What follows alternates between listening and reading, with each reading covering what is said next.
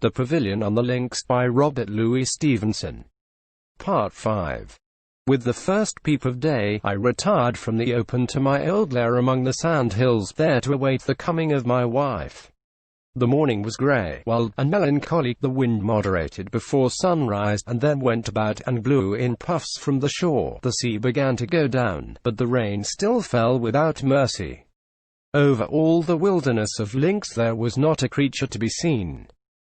Yet I felt sure the neighborhood was alive with skulking foes. The light that had been so suddenly and surprisingly flashed upon my face as I lay sleeping, and the hat that had been blown ashore by the wind from over grade and floe, were two speaking signals of the peril that environed Clara and the party in the pavilion. It was perhaps 7:30 or nearer 8 before I saw the door open, and that dear figure come toward me in the rain. I was waiting for her on the beach before she had crossed the sand hills. "I have had such trouble to come," she cried. "They did not wish me to go walking in the rain." "Clara," I said, "you are not frightened?" "No," said she, with a simplicity that filled my heart with confidence. For my wife was the bravest as well as the best of women. In my experience, I have not found the two go always together, but with her they did, and she combined the extreme of fortitude with the most endearing and beautiful virtues. I told her what had happened, and though her cheek grew visibly paler, she retained perfect control over her senses. "You see now that I am safe," said I, in conclusion. "They do not mean to harm you, for had they chosen, I was a dead man last night." She laid her hand upon my arm. "And I had no presentiment," she cried. Her accent thrilled me with delight. I put my arm about her and strained her to my side, and, before either of us was aware, her hands were on my shoulders and my lips upon her mouth. Yet up to that moment no word of love had passed between us. To this day I remember the touch of her cheek, which was wet and cold with the rain, and many a time since, when she has been washing her face, I have kissed it again for the sake of that morning on the beach. Now that she is taken from me, and I finish my pilgrimage alone, I recall our old loving kindnesses and the deep honesty and affection which united us, and my present loss seems but a trifle in comparison.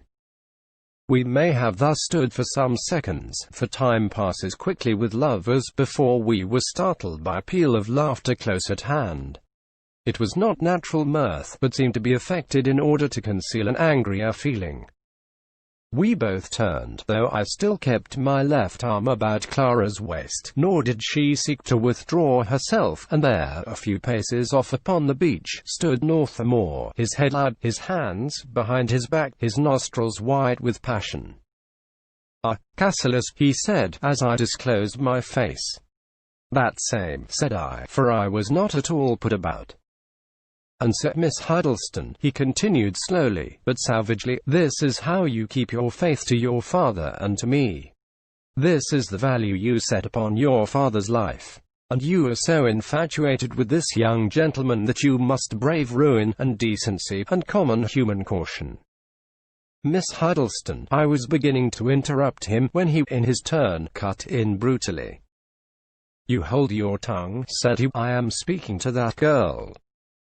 "That girl, as you call her, is my wife," said I, and my wife only leaned a little nearer, so that I knew she had affirmed my words. "You're what?" he cried. "You lie." "Northamore," I said, "we all know you have a bad temper, and I am the last man to be irritated by words.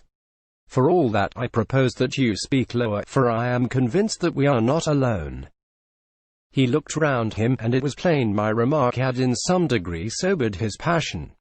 "What do you mean?" he asked. "I only said one word: Italians." He swore a round oath, and looked at us, from one to the other.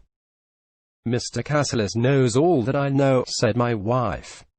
"What I want to know," he broke out, "is where the devil Mr. Cassilis comes from, and what the devil Mr. Cassilis is doing here. You say you are married. That I do not believe. If you were, Grade and Flo would soon divorce you. 4 minutes and a half, Cassilis. I keep my private cemetery for my friends." "It took somewhat longer," said I, "for that Italian." He looked at me for a moment half daunted, and then, almost civilly, asked me to tell my story. "You have too much the advantage of me, Cassilis," he added. I complied, of course, and he listened, with several ejaculations, while I told him how I had come to Graydon, that it was I whom he had tried to murder on the night of landing, and what I had subsequently seen and heard of the Italians. "Well," said he when I had done, "it is here at last. There is no mistake about that. And what, may I ask, do you propose to do?" "I propose to stay with you and lend a hand," said I. "You're a brave man," he returned, with a peculiar intonation. "I am not afraid," said I.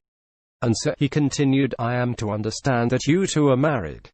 And you stand up to it before my face, Miss Huddleston?" "We are not yet married," said Clara, "but we shall be as soon as we can." "Bravo!" cried Northmore. "And the bargain? D.N. You're not a fool, young woman. I may call a spade with you. How about the bargain? You know as well as I do what your father's life depends upon. I have only to put my hands under my coattails and walk away, and his throat would be cut before the evening." "Yes, Mr. Northmore," returned Clara, with great spirit, "but that is what you will never do. You made a bargain that was unworthy of a gentleman, but you are a gentleman for all that, and you will never desert a man whom you have begun to help." "Aha," said he, "you think I will give my yacht for nothing? You think I will risk my life and liberty for love of the old gentleman, and then, I suppose, be best man at the wedding to wind up? Well," he added, with an odd smile, "perhaps you are not altogether wrong. But ask Cassilis here. He knows me. Am I a man to trust? Am I safe and scrupulous? Am I kind?" "I know you talk a great deal, and sometimes, I think, very foolishly," replied Clara, "but I know you are a gentleman, and I am not the least afraid." He looked at her with a peculiar approval and admiration, then, turning to me, "Do you think I would give her up without a struggle, Frank?" said he. "I tell you plainly, if you look out, the next time we come to blows, we'll make the third," I interrupted, smiling. "True, so it will," he said. I had forgotten. "Well, the third time's lucky." "The third time? You mean, you'll have the crew of the Red Earl to help," I said. "Do you hear him?" he asked, turning to my wife. "I hear two men speaking like cowards," said she. "I should despise myself either to think or speak like that. And neither of you believe one word that you are saying, which makes it the more wicked and silly." "She's a trump," cried Northmore. "But she's not yet Mrs. Cassilis. I say no more. The present is not for me." Then my wife surprised me. "I leave you here," she said suddenly. "My father has been too long alone. But remember this, you are to be friends, for you are both good friends to me." She has since told me her reason for this step. As long as she remained, she declares that we two would have continued to quarrel, and I suppose that she was right, for when she was gone we fell at once into a sort of confidentiality. Northmore stared after her as she went away over the sand hill. "She is the only woman in the world," he exclaimed with an oath. "Look at her action." I, for my part, leaped at this opportunity for a little further light. "See here, Northmore," said I, "we are all in a tight place, are we not?" "I believe you, my boy," he answered, looking me in the eyes, and with great emphasis. "We have all hell upon us, that's the truth. You may believe me or not, but I'm afraid of my life." "Tell me one thing," said I, "what are they after, these Italians? What do they want with Mr. Huddleston?" "Don't you know?" he cried. "The black old scamp had Carbonari funds on a deposit, 280,000, and of course he gambled it away on stocks.